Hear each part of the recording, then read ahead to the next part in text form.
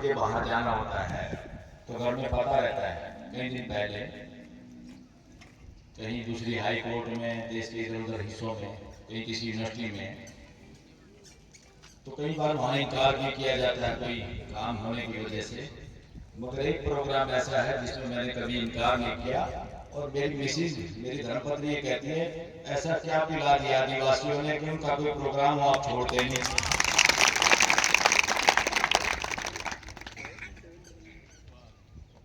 तो मैंने कहा ये देश, यहाँ का वातावरण, यहाँ का जल जंगल जमीन बचाने की कोई असली सरकार है तो इस देश के आदिवासी हैं। जो दिल्ली में सरकार बैठी है उसको चिंता इतनी नहीं है। हकीकत में इस देश का वातावरण जितना बचा हुआ है, और अंतर्राष्ट्रीय पूरी दुनिया जिस कानून को बनाई बैठी है, यूनाइटेड नेशन, और उस कानून को मानने की जिम्मेवारी जितनी भारत सरकार की है, क्योंकि उन्होंने भी अंगूठा लगाया हुआ, हम दस्तखत किए हुए, ये खुद उसको नहीं मान रहे और अपने देश को उस अंतर्राष्ट्रीय कानून का भी उल्लंघना कर रहे हैं। और उसको उल्लंघन करने से जो लोग रोकना चाहते हैं, जो अपनी बात कहना चाहते हैं, उनको नक्सल बोला जाता है। देखिए, आज मैं नक्सल की भी डेफिनेशन देना चाहता हूं क्या है। जहां असमानता फैले, जहां भेदभाव हो, जहां पे शोषण हो, और जहां पे सुनी ना जाए, राजशाही में राजा जो मर्जी करता था, वो किसी की सुनता नहीं था, फरमान जारी करता था, फतवे जारी करता था, हुक्म जारी करता था एक ही आदमी। और फिर ये कहा जाता था राजा जो करता ठीक करता है। लोग बहुत बार उसकी गलत बातों को मान लेते थे, बहुत बकवास करते थे, बहुत राजा लोग अन्याय करते थे। जब वो किसी की मानते नहीं थे तो मजबूरी में, जब वो सुनते भी नहीं थे तो मजबूरी में कुछ लोग उनके खिलाफ लाठियां लेके खड़े हो जाते थे उनकी गलत बातों के विरोध में। उसको बदनाम करने के लिए एक तरह से उस मानसिकता, जो आदमी किसी की सुनना नहीं चाहता, राजा बने रहना चाहता है और अपनी मर्जी चलाना चाहता है, उसको रोकने के लिए कोई लोग फरियाद लेके आते हैं कि वो सुनता नहीं, और जब सुनता नहीं तो अपराध करता है, अत्याचार करता है। उस अत्याचार को रोकने के लिए अपनी सुरक्षा में जब लोग खुद लाठी उठाते हैं तो उनको नक्सलवादी कहा जाता है। ये बिल्कुल गलत है। हमें इस डेफिनेशन को देखना होगा, देश में नक्सलवादी कौन है? जो कानून को पालना करते हैं या जो कानून की पालना नहीं करते? कौन नक्सलवादी? जो लोगों की सुनते हैं या जो लोगों की नहीं सुनते? जिनकी जिम्मेवारी है देश के लोगों की सुनने की, देश के लोगों की बात कहने की, हिम्मत बनाए रखने की, समानता की, न्याय की, जिम्मेदारी की, शिक्षा की, अच्छा वातावरण रखने की, शुद्ध हवा शुद्ध पानी रखने की, उसका नाम हमारे देश में लोकतंत्र में उसका नाम है व्यवस्था, सरकार नहीं। जो सरकार शब्द है वो गैर कानूनी है, असंवैधानिक है। उसका हिंदी मीनिंग जो गवर्नमेंट ऑफ इंडिया का निकाला है वो निकाला भारत की सरकार। पहले सरकार होती थी राजा की, और जो आदमी थोड़ा सा ज्यादा जमीन होती थी, गुंडागर्दी करता था, उसको भी लोग कहते थे गरीब आदमी, मजबूर आदमी, आप मेरी सरकार हो। तो देश में लोकतंत्र है, सरकार नाम की चीज नहीं है। गवर्नमेंट ऑफ इंडिया का मतलब है देश की मानवीय व्यवस्था, संविधान के हिसाब से व्यवस्था, और उस व्यवस्था में सबकी भागीदारी है। इस देश में मुख्यमंत्री हो चाहे प्रधानमंत्री हो, ये आदमी का नाम नहीं है, ये एक संस्था है। उस संस्था पे एक आदमी को बिठाया जाता है, उतारा जाता है, उसकी जिम्मेवारी है संविधान के हिसाब से काम करने की, चाहे वो मंत्री हो, संतरी हो, कोई डीसी हो, एसपी हो, कुछ भी हो। तो देश के साथ अन्याय जो करेगा वो नक्सलवादी है, या जो शोषण के खिलाफ आवाज उठाएगा? तो बदमाशी क्या चल रही है? जो लोग शोषण के खिलाफ आवाज उठाते हैं, और लोकतंत्र में मर्जी नहीं होती, जिम्मेदारी होती है। जो लोग सत्ता में होते हैं उनकी जिम्मेवारी है, मर्जी नहीं है, किसी के बाप की सरकार नहीं है। उनकी ड्यूटी है कि जो भी लोग आवाज उठाते हैं उनको बुलाया जाए, बल्कि मैं तो कहूंगा लोकतंत्र में उनके पास जाया जाए, जो एसपी डीसीओ को जो कार घोड़ा गाड़ी दी हुई है आपके मेरे तेल से चलती है, वो हमारे खर्चे हमारे पैसे से चलती है, सबके पैसे से। उनका ड्यूटी है लोगों से बात करें। लोग यहाँ भूख हड़ताल में बैठे तो यहाँ बात करने आए, हाँ जी क्या बात है, क्या तकलीफ है, क्यों आप ऐसे बैठे हैं। और यहाँ क्या हो रहा है, एक किसान नेता पंजाब के ऑर्डर पे भूख हड़ताल पे बैठता है और ये बदमाश इंतजार करते हैं कि मर जाए। और इस देश की कोर्टें भी सुनना नहीं चाहती। इस देश की कोर्टें जिस दिन इस देश के प्रधानमंत्री, मंत्री, संतरी और सीएम को बदमाशी करने पे जिस दिन कहेगी कल यहाँ हाजिर हो, पेश हो, तो मेरे देश में बदमाशी नहीं चल सकती। देश में फिर भूख हड़ताल करने की जरूरत नहीं, लोगों को आंदोलन चलाने की जरूरत नहीं।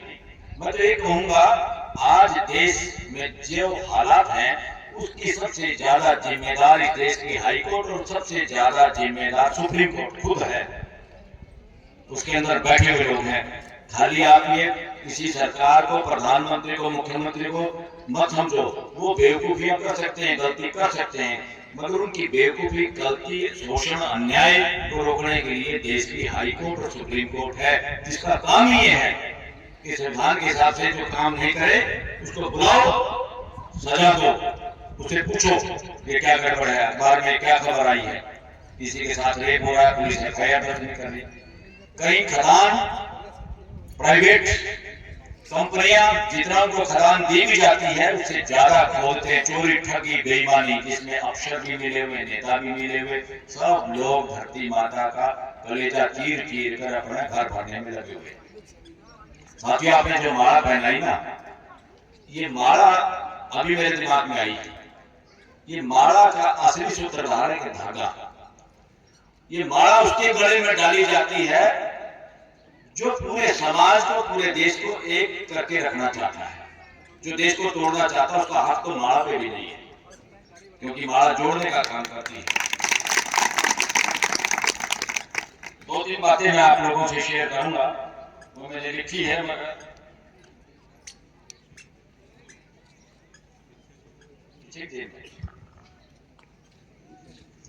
चलिए अपनी बात पूरी करूंगा। दूसरा साथियों, कथा। अभी एक साथी ने कहा कथा में लोग आ जाते हैं। कथा का असली मतलब है क्या था, भूतकाल में क्या था, हकीकत क्या थी। हमारे टाटिया भील जी थे, दुनिया को उनके बारे में पता है, लिखित सबूत है, दुनिया जानती है। उनके बारे में जो कोई बताता है वो सच्चाई है, तो वो है असली कथा। जो कथा कहानियां सुनाई जा रही है देश को, लोगों को गुमराह करने के लिए, उनको कट्टरवादी बनाने के लिए, मूर्ख बनाने के लिए, मानसिक गुलाम बनाने के लिए, ना तो ऐसी कोई चीजें हुई, ना इतिहास में उनका कोई सबूत, और उनकी कथा चल रही है और आप भी कथा सुन रहे हो। ऐसी कथाओं ने इस देश को मानसिक गुलाम बनाया है। इस देश को मानसिक गुलाम, इस देश की गुलामी मुगलों और अंग्रेजों की वजह से तो बहुत थोड़ी होगी। असली गुलामी इस देश के वर्णवाद और वर्णवाद पे आधारित ग्रंथों ने और उन पे आधारित कथा कहानियों ने देश को गुलाम कर रखा है। आज भी गुलाम, मानसिक गुलाम। इन सबको उखाड़ना होगा। ये आस्था की बात नहीं है। आस्था के बारे में संविधान कहता है कि 3 बातें अगर आपकी आस्था फैलाएगी तो आपकी आस्था को जूते लगेंगे 4। वो क्या है? आपकी आस्था, आपकी कथा कहानी लोगों की पब्लिक हेल्थ को खराब ना करती हो। पब्लिक हेल्थ का क्या मतलब है? बुखार चढ़ना नहीं, मानसिक गुलामी। अगर आपको कोई कथा कहानी मानसिक गुलाम बनाती है, उसका कोई सबूत पेश नहीं करती, ऐसी आस्थाओं को भगाओ, विरोध करो, आपका मौलिक अधिकार है। दूसरा, पब्लिक ऑर्डर। जिस कथा कहानियों से समाज बंटता है, समानता नहीं आती, असमानता की बात होती है, वो गलत है, असंवैधानिक है। और तीसरा, पब्लिक मोरालिटी। पब्लिक मोरालिटी ये है, सूरज निकलता है, आप और मैं इसका कुछ नहीं कर सकते। जिस दिशा में निकलता उसी में निकलेगा। सारी दुनिया की सरकार भी पार्लियामेंट में रिजोल्यूशन पास करते, ये तो चेंज होने वाला नहीं।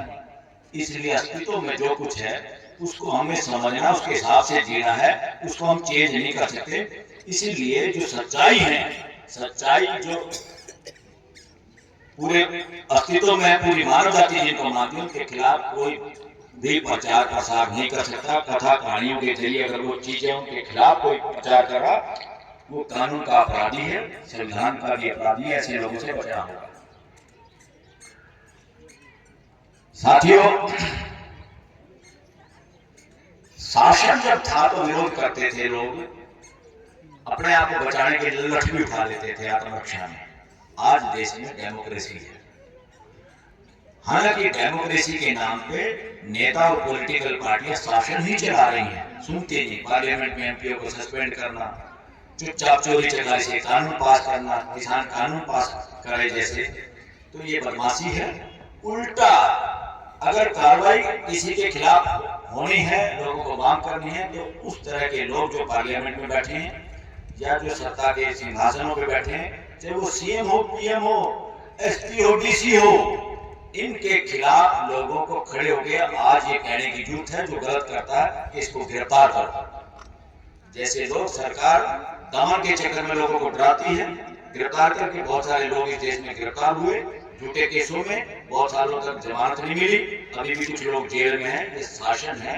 हम वकील लोग इसके खिलाफ आवाज भी उठा रहे हैं और इसके खिलाफ झूठ पड़ी तो खुद सुप्रीम कोर्ट, हाई कोर्ट के खिलाफ इस देश के वकील खड़े होंगे।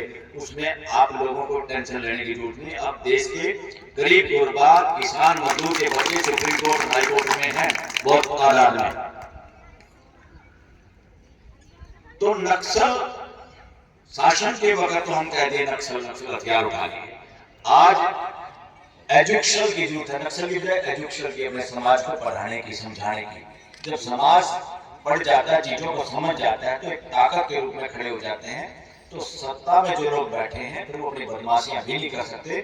जब हम कम संख्या में उनका विरोध करते हैं, जायज भी करते हैं, उसको भी वो नक्सलवादी कह के लोगों को गिरफ्तार करना, गोलियां मारना, इस तरह की बदमाशी कर सकते हैं। क्योंकि देश के दिए हुए इसी देश के बच्चे हैं, आप लोगों के बच्चे हैं जो पुलिस फोर्स में हैं, उनके हाथ में हमारे पैसे के हथियार हैं, वो इसका मिसयूज कर सकते हैं। इसलिए जागरूक करना सबसे बड़ा काम है और जागरूक होके इकट्ठे होना ये सब की भलाई में है। इसके लिए हमें ध्यान देना चाहिए। एक डेमोक्रेसी, आज के दिन सबसे बड़ा अपराधी वो है जो जन प्रतिनिधि हैं, एमएलए एमपी हैं, जो अपने समाज की बात पार्लियामेंट में, विधानसभा में नहीं उठाते। जन प्रतिनिधि पार्टियों के गुलाम हो चुके हैं। ये पार्टियों के पास जो पावर है, वीटो पावर, व्हीप पावर, ये गैर कानूनी है। इसलिए हमारा जो मौलिक सिद्धांत है लोकतंत्र के, उसके खिलाफ है। और आज के दिन देश में बोलने की भी आजादी कम हुई है। दुनिया का जो इंडेक्स है, जो डाटा है, जो शोध करते हैं भाई इस देश में कितना लोग डरते हैं बोलने से, तो भारत में सबसे गिरा हुआ सतर है। और ये गिरा हुआ सतर हम सोचते थे कांग्रेस के समय में है या पिछली सरकारों में है, ये अब आने 10 सालों में सबसे और निम्नतम सतर पे गया है। तो इससे पता चलता है जो डराता है वो नक्सल है या जो डरता है वो नक्सल है। बताइए, तो डराने वाली सरकार है। और सरकार में जो लोग बैठे हैं, ये सरकार किसी की बपोती नहीं है, पूरे देश के लोग उसके मालिक है। कुछ सीएम, पीएम, मंत्री, संतरी, आईएएस, डीसी, एसपी मालिक नहीं है। ये आपके नौकर हैं। 140 करोड़ मालिकों के नौकर हैं। उनकी एक जिम्मेवारी है, जो जिम्मेवारी सही नहीं करता उसके खिलाफ बोलना भी। अगर वो डराता है तो उसको आतंकवादी कहो, और जो देश के लोगों को डराने का काम करता है उसको उसको नक्सलवादी कहो। चाहे वो सीएम हो, चाहे मंत्री हो, चाहे अफसर हो, मैं तो कहता हूं चाहे पीएम हो, चाहे देश का चीफ जस्टिस भी हो। उल्टा डिफेंसिव होने की जरूरत नहीं है। इस देश की जनता को अब सामने आके खड़ा होना पड़ेगा। और दूसरा, अब पूरा देश आदिवासियों के साथ है।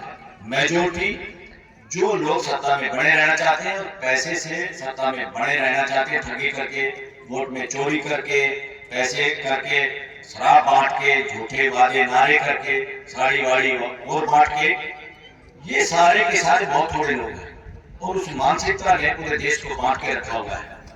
आज नॉर्थ इंडिया का तो मुझे पता है, सारे किसान नेताओं को मैं जानता हूँ, सारे किसान नेता इस देश के आदिवासियों के हकूक के साथ खड़े हैं। अगर कभी उन लोगों को बुलाओगे तो जहां कहोगे वो पूरे देश में आप लोगों के साथ पूरे चट्टान की तरह खड़े हैं। मैंने सतीश केंद्राम जी को कहा है, भाई दिल्ली में आओ, जितने भी वो जब 3 काले कानून के लिए वो जितने किसान नेता चारों तरफ बैठे थे इतने दिन तक, वो लोग जितने एक्टिविस्ट लोग हैं देश के फार्मर, वो सब वहां आएंगे और देश के मीडिया के सामने कहेंगे हम इस देश के आदिवासियों के साथ खड़े हैं, हम उनसे आगे खड़े हैं, उनके साथ खड़े हैं, ये हम कहलवाना चाहते हैं। मैंने कहा आओ, और वो लोग तैयार हैं। और हम कुछ एडवोकेट भी मिलके सुप्रीम कोर्ट के चीफ जस्टिस को भी चिट्ठी देंगे कि देश में अवैध खनन और हकूकों का जो झगड़ा, आदिवासियों पे जो अत्याचार जो भी हो रहे हैं, जो उनके साथ नाइंसाफी हो रही है, वो आप रोकिए। अगर आप नहीं उस बात को रोक रहे तो फिर आपको जिम्मेदार ठहराएगा ये वकील समाज भी और ये देश भी आपको फिर जिम्मेदार ठहराएगा। जो भी देश के हालात में कह रहा हूँ कोर्टों की वजह से, क्योंकि इतनी पावर हमको, अगर बदमाशी करें नेता तो एक जज तुरंत समन करके अगले दिन कोर्ट में बुला सकता है। जिस दिन किसी सीएम को, पीएम को, मंत्री संतरी को कोर्ट बुलाएगी और वो खड़ा होगा नीचे आके, तो उस दिन उसको रात को पूरी नींद नहीं आ सकती। मगर वो हिम्मत वाले जजों की कमी है देश में, क्योंकि देश में जज लगाने का भी खेल बहुत खराब है। मैं तो उसको षड्यंत्र कहूंगा, उस पर कब्जा है। कितने आदिवासी जज हुए सुप्रीम कोर्ट में, हाई कोर्ट में है आपके यहाँ कोई? इस हाई कोर्ट में कोई जज है आपके स्टेट में? बताइए कौन आपके मौलिक अधिकार की रक्षा करेगा? सुप्रीम कोर्ट में तो नाम ही लेने का मतलब जो हाई कोर्ट में नहीं, हाई कोर्ट से जाता है सुप्रीम कोर्ट में। तो इन चीजों को समझो। सरकार भी जब बदमाशी करती है उसको, उस बदमाशी को या तो कोर्ट मान लेती है या रोक देती है।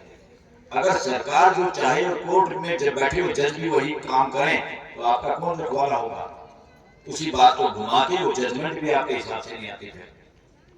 इसलिए इस बारे में जागरूक होने की, इसमें बात बहुत गड़बड़ करते हैं, मेरिट नहीं है, पढ़े लिखे नहीं है, ऐसा नहीं है। जब कोई आदमी काम करता है वो बहुत एक्सपर्ट हो जाता है थोड़े दिनों में। जानबूझ के इस देश के मजदूरों को, किसानों को, आदिवासियों को जुडिशरी में आने से रोका है। अब हम लोग आवाज उठा रहे हैं तो ये बदमाशी नहीं चलेगी अब देश में।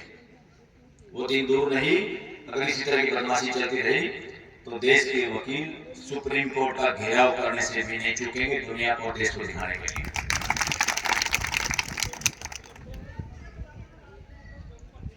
अब आम आदमी को जो बेचारे शोषण का विरोध करते हैं उनकी सुनने की बजाय, मैं कहता हूं असली आतंकवादी लोग सरकारों में बैठे हैं और असली नक्सलवादी जो है वो मैं कह रहा हूं पॉलिटिकल नक्सलाइट। इन लोगों ने जानबूझ के, हमारे जैसे कोई लोग बोलते हैं लोगों के हकों के बारे में, तो इन्होंने शब्द क्या गढ़ लिया? अर्बन नक्सलाइट, शहरों में रहने वाले लोग जो ऐसी बातें करते हैं। हमने भी नया शब्द गढ़ लिया, जो ये मानसिकता से चलते हैं उससे आगे चलना होगा और बोलना होगा पॉलिटिकल नक्सलाइट। इस शब्द को बोलना शुरू करो।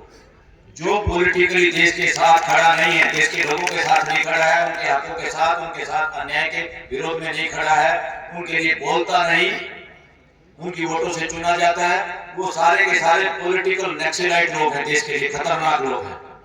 इनको एक्सपोज करना होगा, इनको नंगा करना होगा। तो इसलिए साथियों, आप इतनी धूप में भी यहाँ बैठे हैं, बात उसकी भी कितने लोग हैं, बात उतनी है कि एक बात को समझना कितने लोगों तक पहुंच गया। अगर कोई मैसेज पहुंच गया 10 नौजवानों तक भी, 10 लोगों तक भी, वो ज्यादा सार्थक है। और देश के लोगों में विश्वास, आत्मविश्वास जब जगता है जब पीढ़ी दर पीढ़ी कुछ लोग समाज को जगाने में के काम में लगे रहते हैं। जिस समाज में बीच में गैप आ जाता है वो समाज का आत्मविश्वास डगमगा जाता है और उसको खुद पे विश्वास नहीं होता, उसको डर लगता है, भय लगता है, अपने हकों के लिए बोलता नहीं। इसलिए समाज की सबसे बड़ी जिम्मेवारी है कि समाज के उन लोगों के लिए, यहाँ सतीश पेंदाम जी आप लोगों को इकट्ठा कर रहे हैं, मैसेज दे रहे हैं ये सतीश पैंताम एक शरीर हो सकता है, मगर जो बात कह रहे हैं वो एक विचार है, और वो विचार हम सब में बराबर एक्सेप्ट होता है, स्वीकार्य होता है, जो सच्चा होता है वो हम सबका होता है, साझा होता है। शरीर एक का दिखाई देता है, मगर उसके अंदर जिस बात पे हम सब इकट्ठे होते हैं वो हमारा साझी संपत्ति है। साझी संपत्ति, इसलिए साझे विचार पे, शोषण के खिलाफ। अब ये माला मेरे तो गल में डाल दी उस शरीर को, मैं इस माला को ना तो अपना सम्मान समझ रहे, सम्मान इसलिए है कि आप उसी तरह से उस आदमी की नहीं कदर कर रहे, उस विचार की कर रहे हो जो देश के लोगों को जोड़ने में लगे हुए हैं, या देश के लोगों को जोड़ना चाहते हैं, देश के लोगों के शोषण के खिलाफ आवाज उठाते हैं, और उस हालात में उठाते हैं तो पूरा देश गिरा हुआ है। बोलने की हिम्मत नहीं कर रहे लोग, बोलना सब चाहते हैं, मगर इसमें ये नहीं किसी ने हिम्मत कर दी तो वो बड़ा हो गया। नो, ताकत विचार की है, वो कहीं ना कहीं से तो सामने आनी चाहिए। वो विचार कहीं कभी इनके सतीश पेंदाम जी के मुंह से आ गया वो विचार, कभी बलराज मलिक के मुंह से आ गया वो विचार, किसी की बपोती नहीं, सच्चाई सबकी है। घर में 4-10 आदमी का परिवार है, एक भाई स्कूल भेज दिया, दो ने पशु पाल लिए, तो इसका मतलब वो स्कूल भेज दिया, वो कोई ज्यादा अच्छे उस वाला है, किस्मत वाला, या उसने बड़ा काम कर दिया। वो तब बड़ा काम कर पाया जब घर में भैंस चराने वाले ने उसको दूध पिलाया, उसके खर्चा दिया।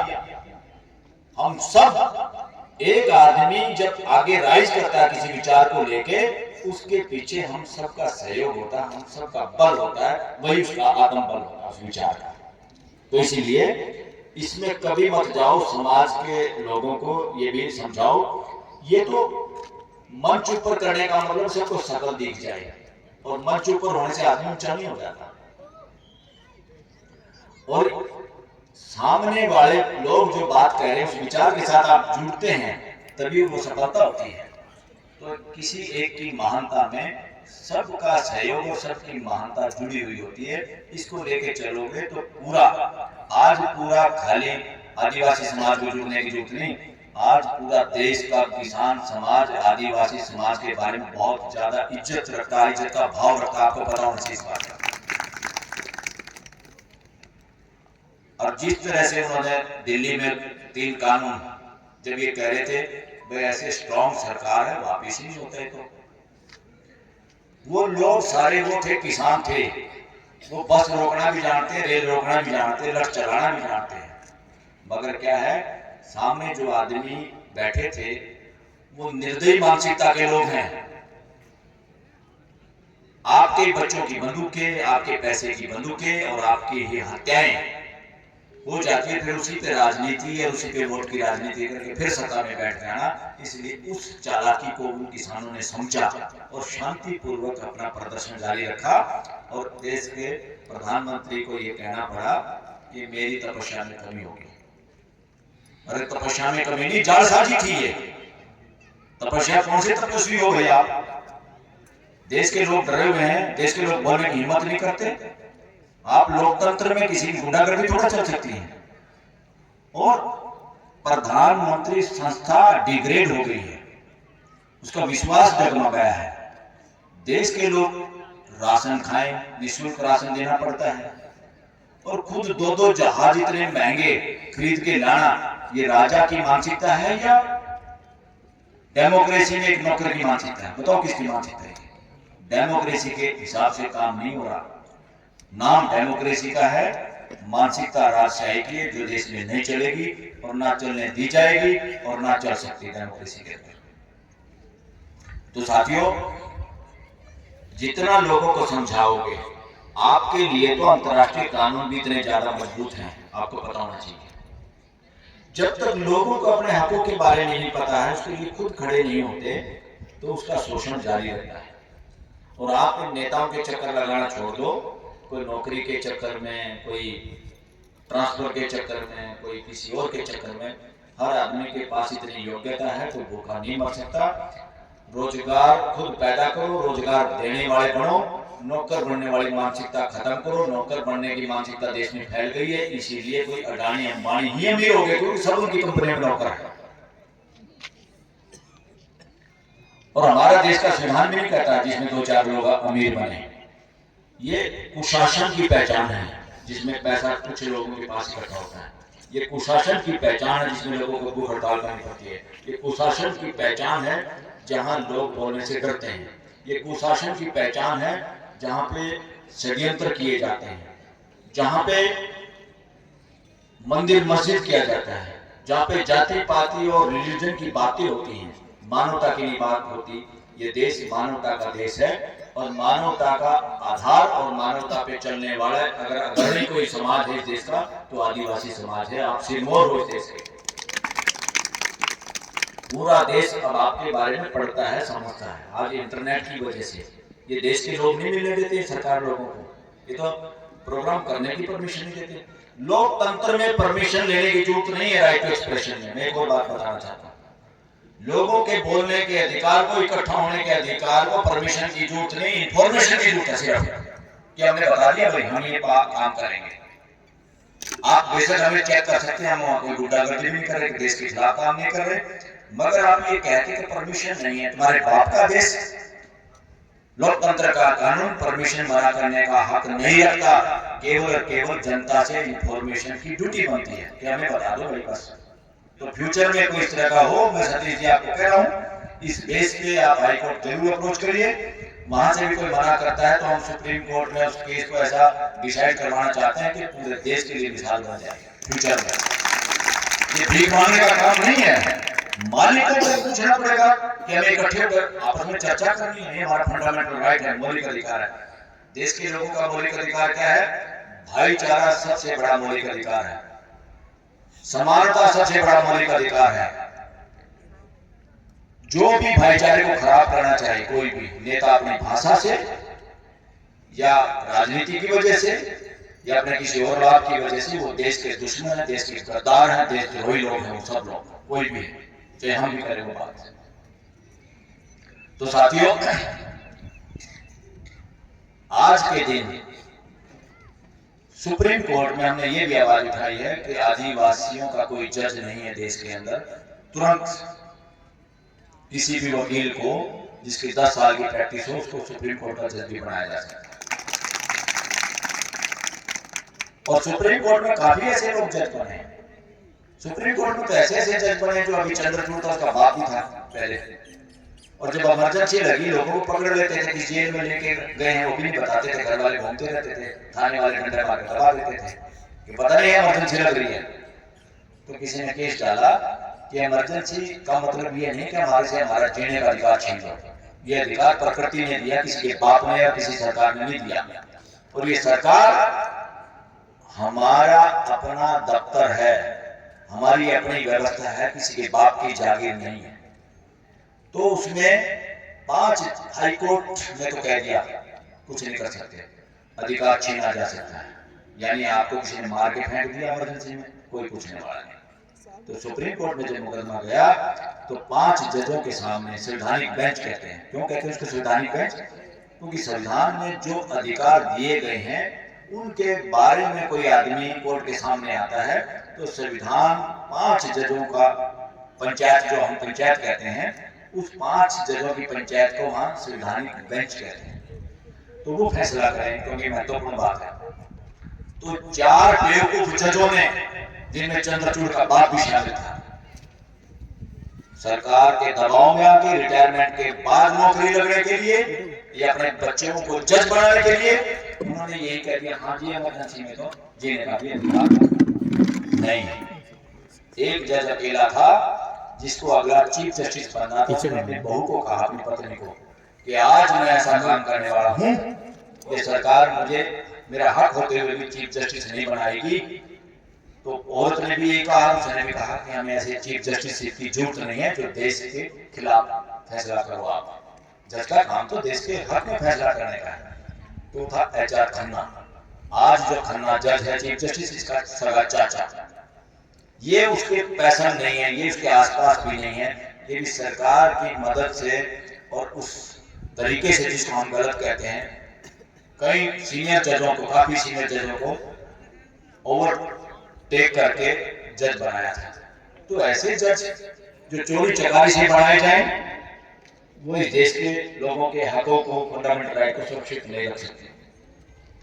तो इसलिए हाई कोर्ट और सुप्रीम कोर्ट को माई बाप मत समझो, एक एक खबर को देखो और जो लगे आपको ये गलत हो रही है उसके बारे में बोलो। वकीलों को बोलना चाहिए, जो भी बोलना चाहे, कभी हमारे जैसे लोगों को तो पता चलता हम तो बोलते ही हैं।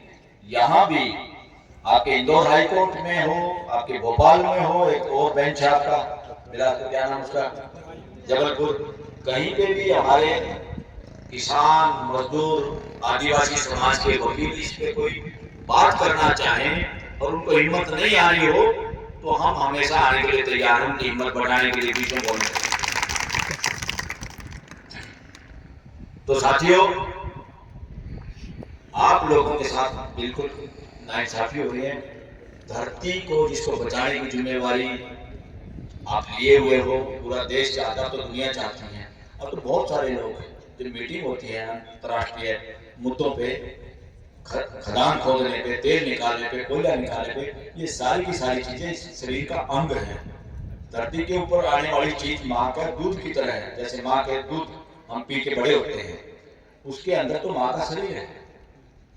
चाहे कोयला हो चाहे तेल हो, ये निकालने की, गाड़ी से तेल निकालोगे आपके उस शॉकर में से, क्या होगा गाड़ी का?